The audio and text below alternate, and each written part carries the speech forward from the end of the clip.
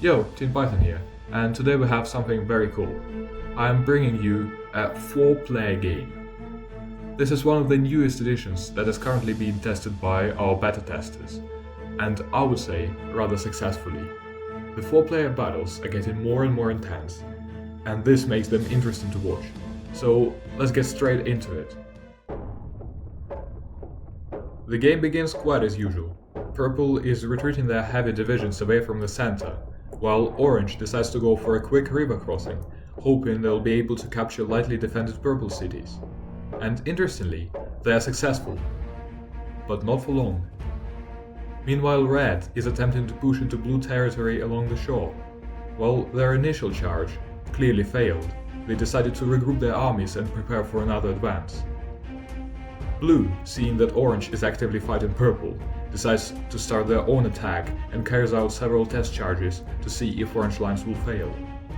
Slowly but inevitably, they indeed get weaker, and without the troop rotation needed on the Orange side, gaps appearing is just a matter of time. Eventually, Blue manages to break through and capture a city. Orange doesn't manage to react in time since they're busy fighting Purple on the other front, which is exactly what Blue anticipated. Meanwhile, the fighting between Red and Blue intensifies. Red has a clear numerical advantage, which, even though difficult to utilize in such a narrow gap, still helps them set up a working troop rotation system to wear down Blue troops who have nowhere to retreat. At the same time, Purple successfully repelled all of the Orange incursions into their territory and started advancing to capture Orange cities. Similarly, Blue continued to push Orange lines back, resulting in Orange now being pressed by two armies simultaneously. This is bad news for them, because the majority of their army is now surrounded and their fate is sealed. In the same way, their last stronghold in the west, their capital, is having its last stand against Blue. While the remnants of Orange are getting decimated, let's focus on what Red is doing. As you can see, their strategy for the entire game was quite simple. They focused on pressing Blue while maintaining peace with Purple.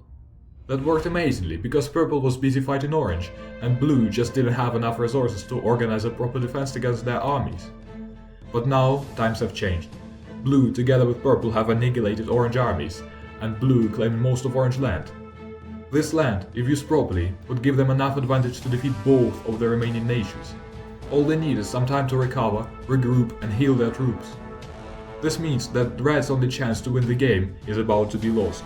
So they go all in and begin a new attack.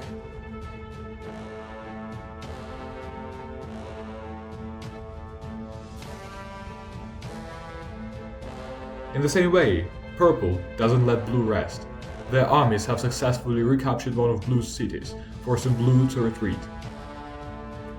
In the east, Red continues to push. Their numerical advantage is clear, their troops are well rested, and their goal is close. Blue retreats again in hopes of gaining at least some time, and that is when Red captures the city. It seems like Red is going to win, but then Blue reinforcements start to arrive. Red had a great offensive, but it was too slow to win the game.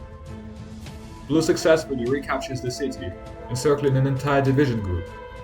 The fighting then goes back and forth for a while, resulting in Blue breaking Red front line and cutting off Red troops from supplies, leading to the entire Red army being encircled and destroyed, despite their efforts to withdraw.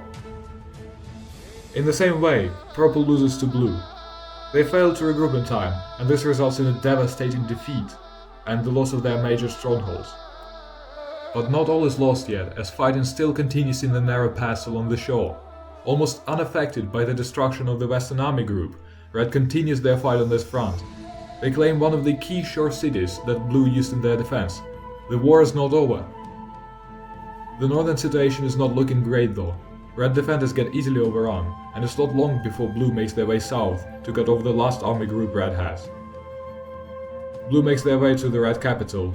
Completely surrounded and being defended by a single division, it falls. The game was over. Well, I really hope you've enjoyed this video, and if so, please give it a like. It takes a lot of effort for me to make this, and I really try my best. But anyway, see you all in the next one.